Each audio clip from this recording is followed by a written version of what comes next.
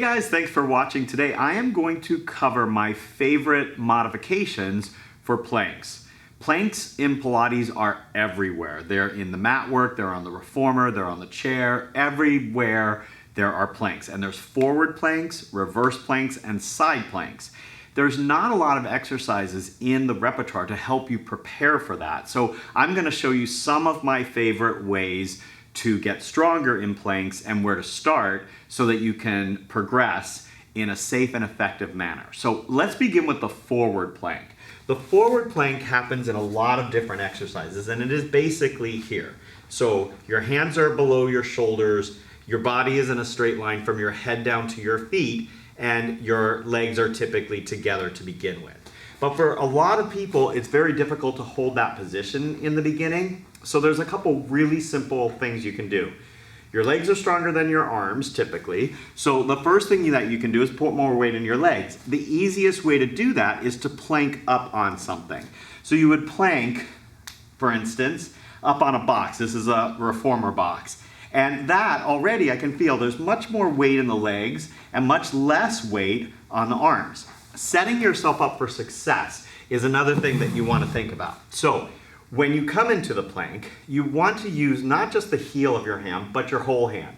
So I always tell my clients to hug the floor with their hand, kind of grab it, and make sure you're pressing into your fingertips as well. Make sure that your elbows are not locked or hyperextended. They're straight, but you just don't have them overextended there.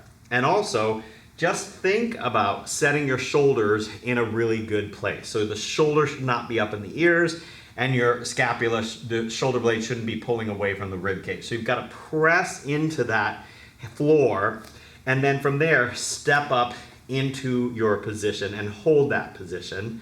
And you can start timing yourself and hold it for a little while, and then hold it for a little while longer each time you do it. You can also begin on your knees. And this is something people will do because it also gives you less work in your upper body, and particularly takes some of the stress out of the wrist and the elbow and shoulder. So from here, you can start to just extend one leg back. You're still resting on this bottom knee, and then lower it down and extend the other leg back. And this is just helping you to gain a little bit more work from side to side. And then the next thing would be to extend both knees out and lower them down as you're holding it, and then you can increase the number of repetitions you do that. And then you can hold them up, and you can lower one knee down and come back up, lower the other knee and come back up. And as you do that, each one of those is a progression, so you'll be getting stronger and stronger and stronger to be able to do some of the things that we do in Pilates where you're moving around within that plank. Now, let's cover reverse plank. So reverse plank is in quite a few exercises, just one in the mat, but then a lot of different exercises on other apparatus. Same thing goes here. You can start elevated so that you're sitting on something and your feet are on the floor and your knees are bent. You're shortening the levers of the legs here. That's gonna make it easier. And then you just lift up and lower back down. Same thing we talked about before. You want to grab whatever you're putting your hands on and hug it. Make sure you're not locking your elbows, shoulders are open, and then you lift up and you can lower back down. And then you can progress that to being on the floor. So when I'm on the floor doing a reverse plank, I prefer my hands to be pointed, my fingers to be pointed out to keep the shoulder open. Turning your hands this way puts a lot more stress on the wrist, and it actually puts your shoulder in a more closed position. So I prefer here. Some people even want to have their hands backward, but I like the feeling of them pointing out to the sides. You can choose here or here, whichever feels best to you. And again, start with your knees bent, feet on the floor, and then press up into that reverse plank and come back down. Eventually, you're gonna straighten your legs and you're gonna lift up from here, and there are exercises we do there.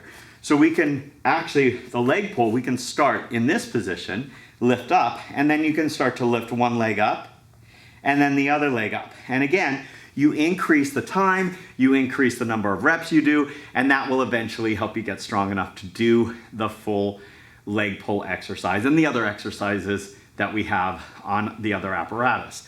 Finally, let's talk about your side plank. So Again, lots of different exercises in different places.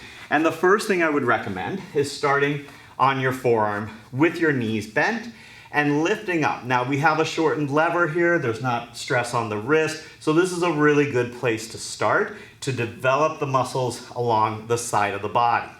And you can either hold it up there and just increase the time as you do it over time, or you can lift and lower that way. And then what I'll do if I'm holding it in position is I'll raise my arm over my head and lift my hips. And this becomes more of a kind of side bend like we do in the actual repertoire, and then come back down. Now, when you're ready, you can come to your hand and you can lift up on that bottom knee. So if you notice, my legs are actually in the start position for the full side bend, but I'm just gonna lift up and lower down. You can even start with your legs folded like we did before, and instead of lifting the arm up and down, you can lift the leg up and down to help you increase your endurance and your strength. And then when you're ready, you can do the full thing where you're coming up on your feet and your hands and coming over and coming back down. So those are just a few of my favorite ways to improve your planking